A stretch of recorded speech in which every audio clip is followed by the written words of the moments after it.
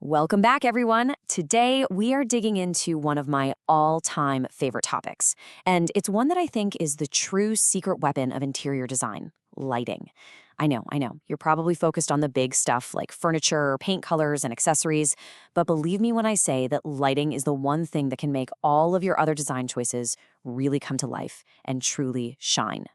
So, have you ever been in this situation? You've spent weeks, maybe even months, getting a room just right. You found the perfect sofa, the art is up on the walls, but when you step back and look at it, something's just off. It feels flat. It doesn't have that drama, that mood, that wow factor you were hoping for. Well, odds are the culprit is literally looking down on you from the ceiling. It's so often the lighting.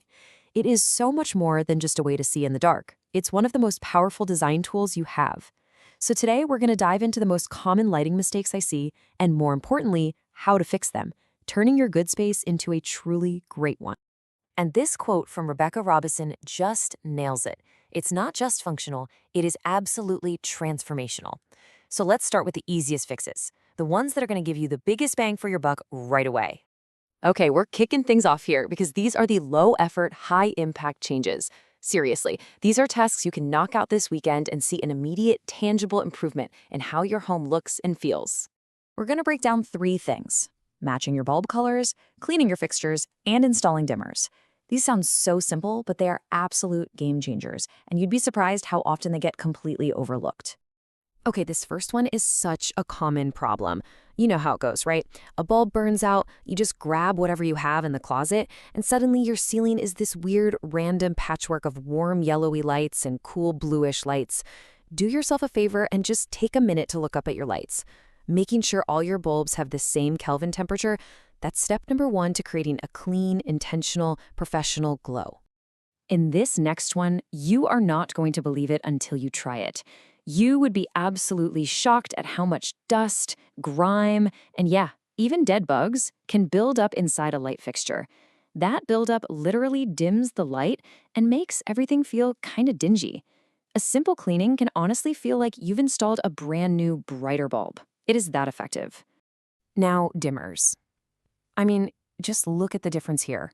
For maybe $10 more per light, you go from a basic on-off switch to having complete control over the entire atmosphere of your room. You can have bright light when you're cleaning and then a soft, moody glow when it's time to relax. It is hands down one of the best and most impactful investments you can make in your home. Okay, now that we've covered the simple fixes, let's look up. We're moving from maintenance to what designers call the architectural layer of light. And this is where so many homes get it wrong, right from the very beginning. Ever seen this?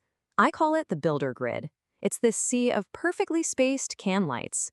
Electricians and builders love it because it's easy. It's functional, sure, but it's not design. It just creates this flat wash of light all over the floor. A designer thinks about it completely differently.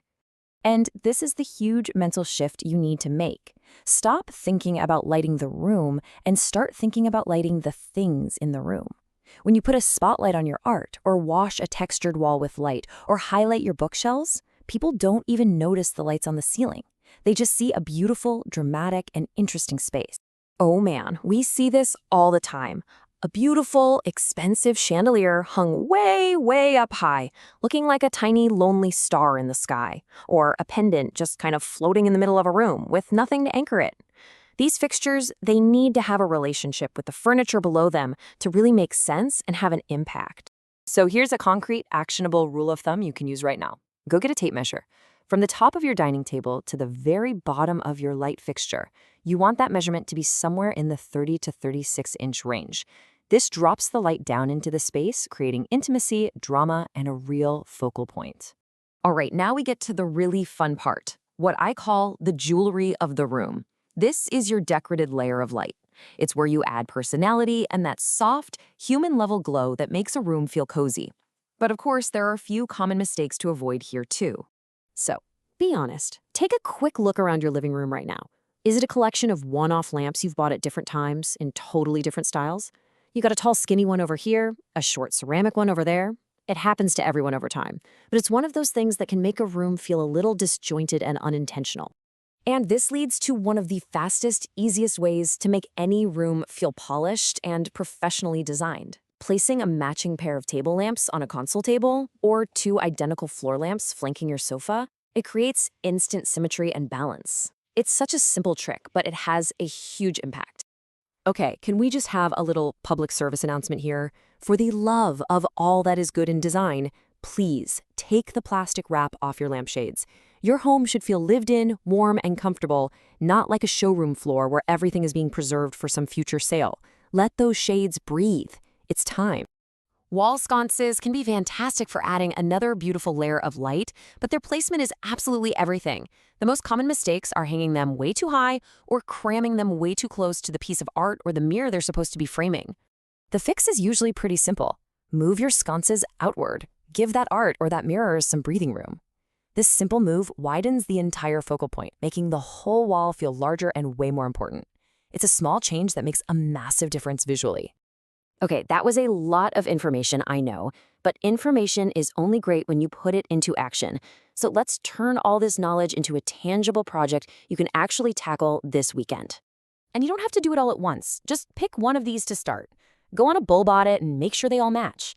Clean that dusty dining room chandelier. Or start hunting for a great pair of lamps for your sideboard. I promise you are going to be amazed at the transformation. And that's really the big takeaway here. When you shift your thinking, when you stop seeing lighting as just a utility and start seeing it as a design tool for creating mood, defining form, and adding drama, that's when you unlock a whole new level of beauty in your home.